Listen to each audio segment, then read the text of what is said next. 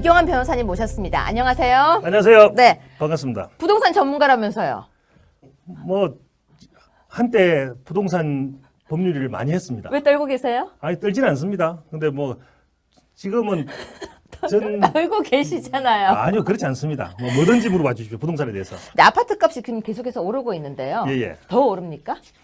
아파트 가격이 단기적으로는 더 오른다는 게 네. 일반적인 전문가들의 예측입니다. 그러면 지금 빚내서 집 사는 게 맞습니까?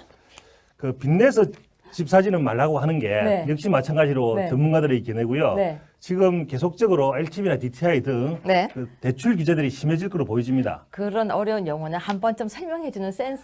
예. LTV와 DTI라고 하는 게 부동산 관련해서 아주 중요한 용어인데요. 네. LTV라고 하는 loan to value. 그러니까 쉽게 얘기해서 그 부동산 가치에 따른 가치를 어느 만큼 인정할 것인가 그것인데 네. 인정하는 부분에서는 기본적으로 대출과 관련되는 겁니다. 그렇죠. 이 부동산에 대해서 얼마나 많은 대출을 해줄 수 있는가. 그렇죠. 예, 바로 그걸 말하는 네. 것이 되겠습니다. 예컨대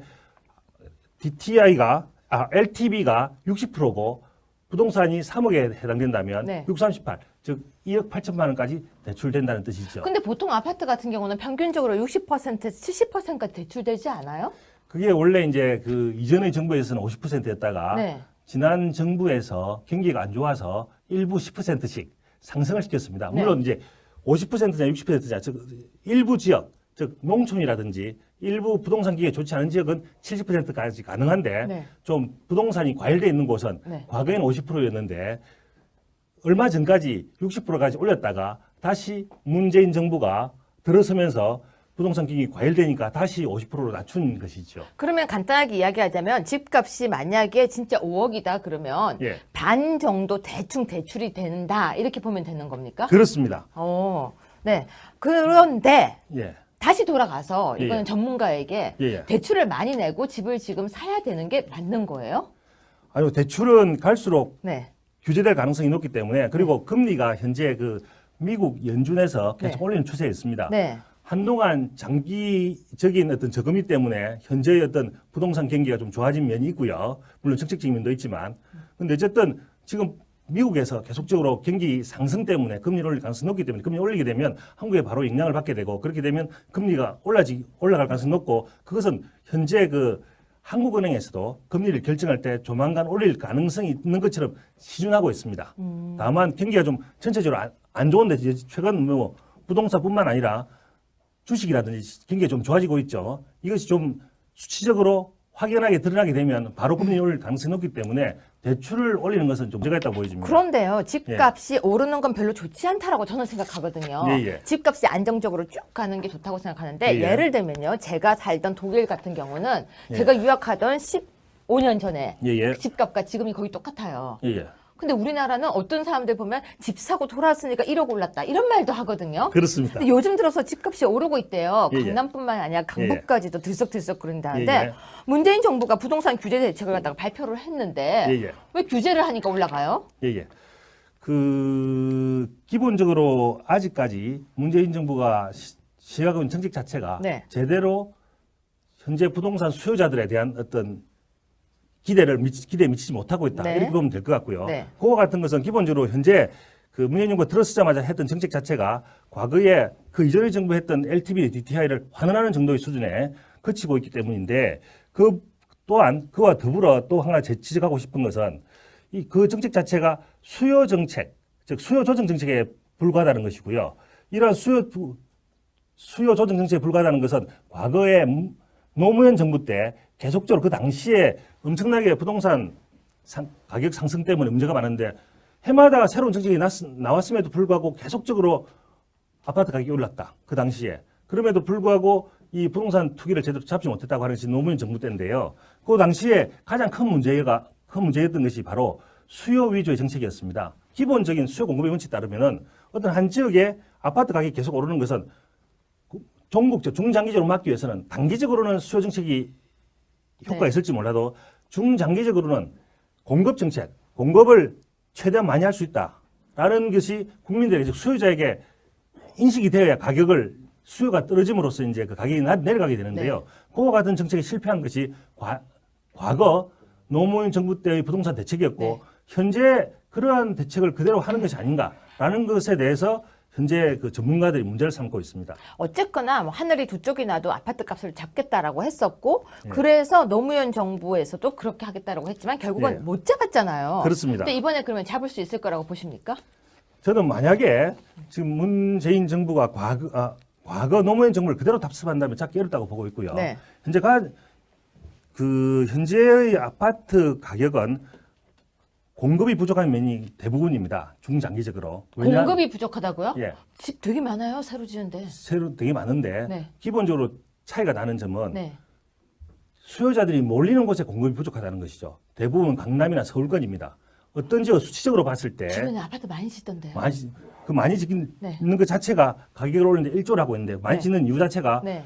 그 과거 한 5년 내지 10년 이전에 네. 부동산 투기 시절에 공급을 확 줄인 것이 공급이 제대로 안 되다 보니까 부동산 경기 활성화 정책과 더불어서 공급이 확실하게 줄어드니까 당시에 이제 많은 사람들이 조금씩 이제 투자를 하기 시작해가지고 수요가 많아지게 됐던 것이죠. 네. 그것 때문에 부동산이 가격이 높아졌다가 그 당시에 이제 짓기로 했던 부동산이 지금 약간 올라가고 있는 듯한 모습을 보이고 있는데 이게 국민들이 그러니까 부동산 수요자들이 원하는 시기하고 실제 공급이 되는 시기가 사이클이 잘 안 맞는 거죠.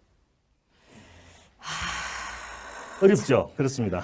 진짜 어렵습니다. 조금 어렵습니다. 예, 좀 어렵습니다. 그런데요. 예, 이제 지금 어려운 얘기 실컷 해주셨는데요. 전 예. 더 어려운 얘기 할게요. 예, 예, 저 아파트 값 솔직히 관심 없고요. 예, 예. 요즘 돼지고기 값 얼마나 올랐는지 아세요? 그리고 많이 올랐습니다. 예, 정확하게 제가 모릅니다. 그 달걀 이거 예. 얼마게요?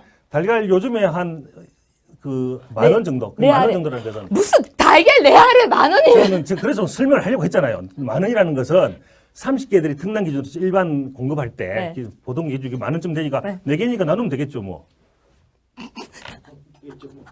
예, 이렇게 계산하면 안 돼요. 그렇군요. 네, 예. 지금요, 이거는 친환경 1등급 랑 같은 경우인데요. 그렇습니다. 사실은 아까 달걀 같은 경우가 이제 우리가 얼마 전에요, AI가 있으면서 가격이 많이 폭등을 했었어요. 그렇습니다. 근데 그 폭등을 하고 난 뒤에 미국에서 수입된다 이런 얘기가 많았잖아요. 그렇습니다. 그런데 가격이 안 떨어졌어요. 그렇습니다. 오르고 난 뒤에 안 떨어졌어요. 예. 안 떨어졌었는데 요즘 같은 경우는 약 30개짜리가 이마트 기준으로 해서 8,990원 정도고요. 예. 지금 예, 예. 예를 들어서 뭐 편의점 같은 데 가서 사거나 하면 가격이 조금씩 왔다 갔다 하고 하는데 달걀 가격이 많이 올랐어요. 예, 예. 그래서 이 정도 같으면은 보통 1,680원에서 2,000원 정도, 한 알에 450원 꼴, 380원 꼴이에요. 그렇습니다. 그런데 따져보면요, 이게 되게 비싼 거예요. 과거에 비하면 엄청나게 비싼 거죠. 후라이 보통 몇 개 드세요?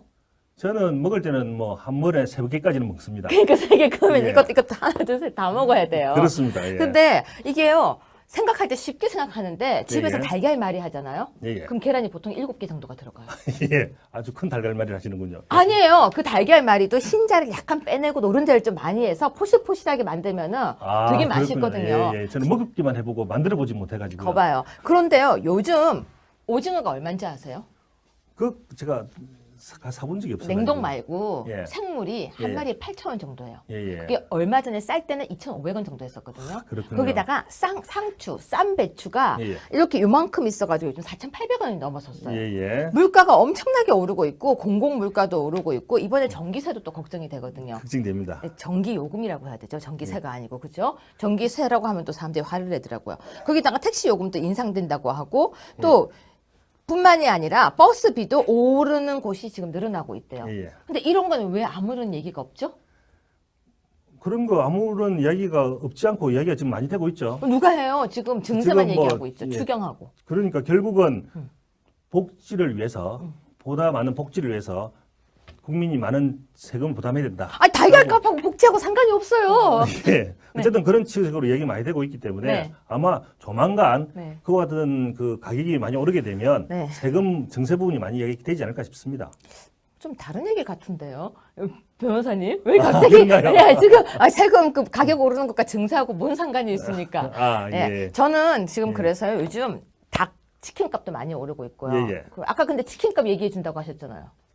무려 13만 마리의 스페인 병아리가 수입됐음에도 불구하고 네. 계란 가격이 내릴 가능성이 안 보인다는 겁니다. 계란 왜요? 그 이유는 뭐냐면 지난 AI 때문에 살 처분이 너무 많이 됐기 때문에 기본적으로 계란 생산 기반 자체가 많이 무너져 있는 상태입니다. 아, 무슨 이야기냐면 현재 우리나라 하루 계란 공급량이 약 3,400만 개 정도인데 네. 이거는 우리가 많이 쓸 때의 약 86%에 불과한 거예요. 네. 그러니까 아무리 많이 계란을 생산해도 3,400만 개밖에 생산이 안 되는데 그 생산 기반을 갖추기 위해서는 네. 결국은 뿅아리가 성장을 해서 네. 다 계란을 낳을 수가 있어야 되는데 네. 심지어 이번에 13만 마리 스페인 뿅아리를 수입했다 하더라도 네. 그 뿅아리가 알을 낳을 수 있을 때까지 가게 되면 네. 몇 개월이 지나야 되고 그 과정에서 원래의 수준으로 회복되려면 꽤 많은 시간, 즉 올해 말이나 내년 초까지 돼야 되는데 네. 문제는 그 자체가 앞으로 올겨울에 AI가 발생되지 않는 것을 전제로 한다는 겁니다. 아 다시 돌아올 수도 그렇습니다. 해마다 겨울이 되면 AI가 발생이 되는데요. 그때 만약 다시 기껏 키워놨던 산란개들이 도살이 되면 결국에는 똑같이 순환이 되기 때문에 계란값이 내리기 어렵다는 이야기지요. 근데 변호사님 예. 아까 아파트 얘기할 때는 너무 다르신 것 같아요. 제가 특히 계란을 아주 좋아하는데요. 아침에 먹을 때. 저는 네. 옛날 미군 부대에 있을 때부터 이제 계란을 네. 여러 가지 요리해서 먹는 법 네.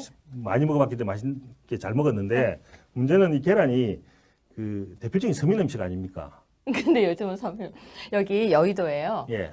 김치찌개 먹으면 계란 계란. 후라이 공짜인데 아시죠? 예, 가본 적이 있습니다. 그때 6개 하시더라고요. 예. 원래 공짜라고 하면 많이 먹게 돼 있기 때문에 예. 계란을 그리고 또 기본적으로 좋아하기 때문에 잘 먹게 되는 것이죠. 네. 아무튼 여러분, 이경환 변호사님과 함께 오늘은 물가, 아파트 가격부터 시작해서 물가까지 한번 다뤄봤는데요. 요즘 정치 이야기 너무 답답해서 오늘은 물가 잡는 이야기 한번 해봤습니다. 고맙습니다. 감사합니다.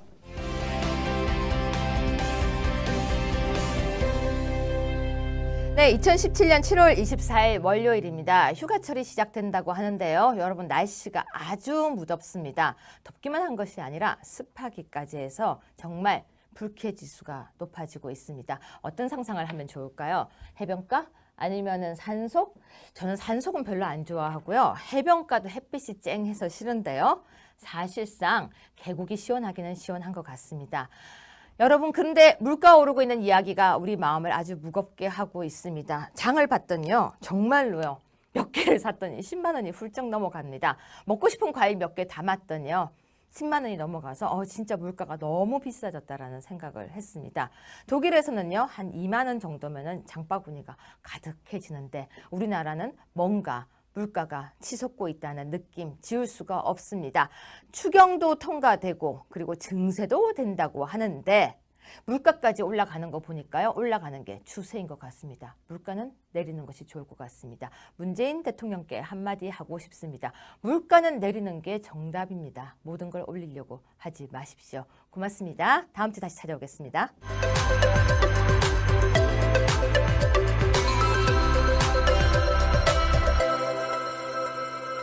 이경환 변호사님 모셨습니다. 안녕하세요. 안녕하세요. 네, 반갑습니다. 부동산 전문가라면서요. 뭐 한때 부동산 법률을 많이 했습니다. 왜 떨고 계세요? 아니 떨지는 않습니다. 근데 뭐 지금은 전 떨고 계시잖아요. 아니요 그렇지 않습니다. 뭐 뭐든지 물어봐 주십시오. 부동산에 대해서. 근데 아파트 값이 지금 계속해서 오르고 있는데요. 예. 더 오릅니까? 아파트 가격이 단기적으로는 더 오른다는 게 네. 일반적인 전문가들의 예측입니다. 그러면 지금 빚내서 집 사는 게 맞습니까?